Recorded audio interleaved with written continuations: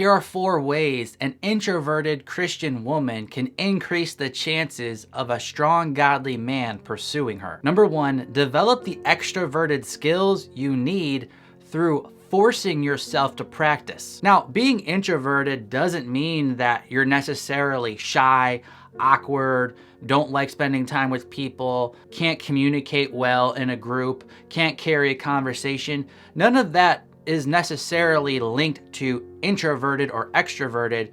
Rather, the main difference between these two types of people is where they find their energy. So if you're an introverted person, you might be really good at communicating. You might be able to stand up in front of a group and give a lecture. You may have a really engaging dialogue with someone. You may be able to pull out the best in people in conversation.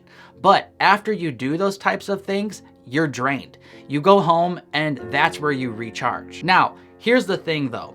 As we all know, as humans, we tend to gravitate towards the things that give us pleasure and avoid the things that give us pain. And so because we know as introverts, and just so you know, I'm an introvert too, falling into like what I talked about earlier, I like talking to people, I can communicate, I can lead a group discussion, all of that. But I'm tired afterwards and I need to recharge by myself. So I'm speaking from some experience here. So my point here is that we tend to gravitate towards the things that we find pleasure in and avoid the things that cause us pain. So as introverts, it is safe to say that sometimes we lack extroverted skills because we don't get as much practice at them, because we know the pain that it sometimes causes us as far as depleting our energy level. This can be especially challenging if you're a Christian single woman who's introverted and you're struggling to find ways to connect with a godly man. Your lack of practice keeps your skills low. Your low skills keeps you away, thus decreasing your skills even more, and so on. Therefore, one way to solve this problem is to start developing your extroverted skills in other ways besides romantic relationships. There's just no way around it. Relationships require people to interact with each other. And that just takes social skills. That requires developing those ways of interacting with people. And this can be really draining for introverts, but big picture, it doesn't matter. If you want to be in a relationship, you just have to do these things. Now, don't get me wrong, you need to be wise with your heart and carve out times in your life as an introvert to recharge by yourself in smaller groups at home. Whatever it is that your heart needs to recharge your energy level, you definitely have to do those things. But when we're talking about relationships, you can't just be by yourself. You actually have to pay that social cost as an introvert to develop the social skills and literally spend time with people so that you can be in a relationship. And trust me, as an introvert, it's worth the cost. Yes, it costs energy, but it's worth it. You have to force yourself to do things you know will drain you, like going out to social gatherings, spending time with your current friends who will introduce you to new friends, and small talking with people to see if there is potential for a deeper connection. If you do these things with other women, and even with men you are not romantically interested in, this will help you develop these same skills you will need to connect with a man one day. As Proverbs 27:17 says, "As iron sharpens iron, so one person sharpens another."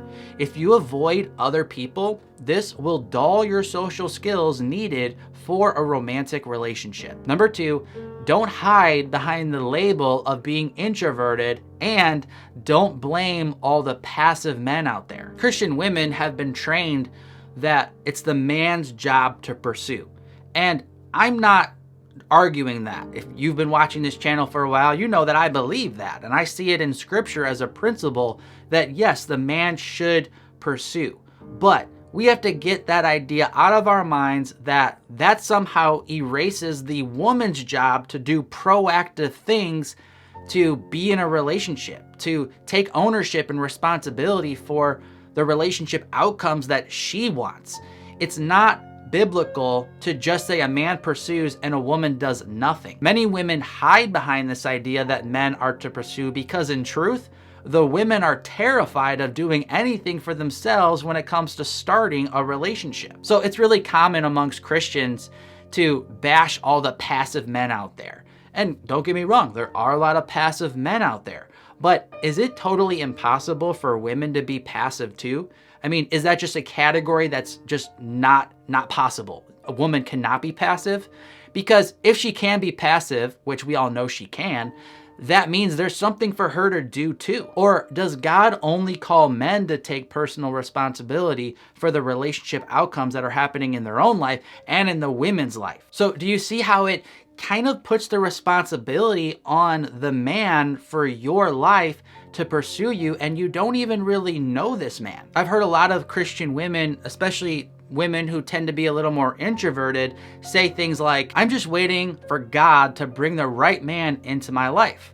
I agree with this statement too, but again, this cannot mean you do nothing but wait on God, as that is inconsistent with all the Bible verses about taking steps of faith. Additionally, if you're doing nothing but waiting for God to bring a man who will pursue you, in a way, you're putting all of your hopes for a relationship on the decisions of men you don't even know. If you expect men to hear from God and act and pursue you, but you don't expect God to tell you to do anything but wait on the man, again, you're giving away the responsibility for managing your own life. Yes, God is the one who has the final outcome. Please don't mishear me. I'm not saying that it's bad to say, I'm waiting on God to bring a man into my life. That's a great biblical thing to say. We just need to be careful that that statement doesn't negate all the other things that come along with waiting in a biblical way. Sitting on your hands praying for a man to come to your front door isn't the way it's gonna work unless you're planning on marrying the UPS mailman or Amazon delivery driver. Like, that's the only guys coming to your door. How are you gonna meet somebody? So we are stewards for the life that God has given us.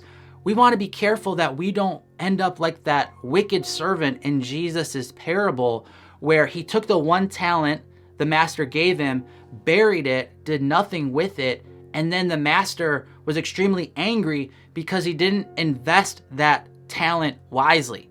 And so he took that talent away from him and didn't bless him. And then the other two servants who took the resources that they were given and they multiplied them. They did something with them. And then God gave them, or the master in the parable gave them even more. Do you see the point? Christian men and Christian women both are going to be judged by God for managing the life God has given them to manage. You can't squander your life and be a bad steward by thinking only men are the relationship investors. Are you finding value in this video? If so, give it a thumbs up. That helps this message to spread to other people who also might need to hear it. Number 3, stop waiting to be chosen and choose the man that you want to pursue you. This is a mindset shift again, where women have been trained that they need to be chosen. And there's some truth to that. When you do some of the things we're going to talk about in a minute, yes, the man does need to respond and then pursue you and choose you too. But it's not just a man choosing or just a woman choosing. A relationship is when two people choose each other. So you have to remember, for example, in Ruth chapter 3, Ruth did something. And then after that, Boaz pursued her. She laid at his feet. She said she was interested in him. And then Boaz took it from there. He pursued her and they chose each other. And number 4, choose the man by being loving towards him. So maybe you're like, okay, I get this principle of choosing, but I'm an introverted woman. So how can I choose the man? Maybe it's just too much of a stretch for you to do the simple things like talk to him a little bit more, send those signals that extroverted women just kind of intuitively know how to do to let a guy know that yes, they are interested without coming out and saying it. Maybe that just doesn't come naturally to you. You're not sure how to interact with a guy like that. So what can you do? In a biblical sense, to choose someone is to love this person. In Romans 9, the famous passage about God's election, verse 13 states, Jacob I loved, but Esau I hated. This doesn't mean God literally hated Esau and only loved Jacob. Rather, it means God chose Jacob. In Luke 14:26, Jesus said, "If anyone comes to me and does not hate his own father and mother and wife and children and brothers and sisters, yes, even his own life, he cannot be my disciple." Again, this doesn't mean Jesus wants us to literally hate these people. Rather, Jesus is calling us to choose him over these people. So biblically speaking, to choose someone means you love them. Now, I'm not saying that you just pick a guy and you love him like he's your husband and there's no commitment, you barely know him. I'm not saying you unleash full-blown love on a man and choose him and then he will magically pursue you. What I'm saying is that you want to be loving towards him, not literally oh, I love that man. As a Christian woman, you have love, affection, kindness, encouragement, giftings that God has given you that you can use to benefit other people, which is what love is, right? To do something for the benefit of another. When you pour that and direct that female loving energy towards the man, I don't mean energy supernaturally. I mean literally you're doing things that interact with him, that express your affection and kindness and feelings for him. That often triggers it in the man to say, wow, this woman seems to be interested in me. And oftentimes that causes him to then be interested in you and get to know you. And this does not require you to be extroverted. This simply requires you to be a woman who has love to give. So how do you love the people in your life right now? Like your parents, your siblings, your friends, your aunt and uncle, grandma, cousins, people you run into that you see in need and you want to do something kind for them, your boss, your coworkers. How are you currently expressing love and affection and goodness towards these people? Do that towards this guy that you're interested in. So everyone's different.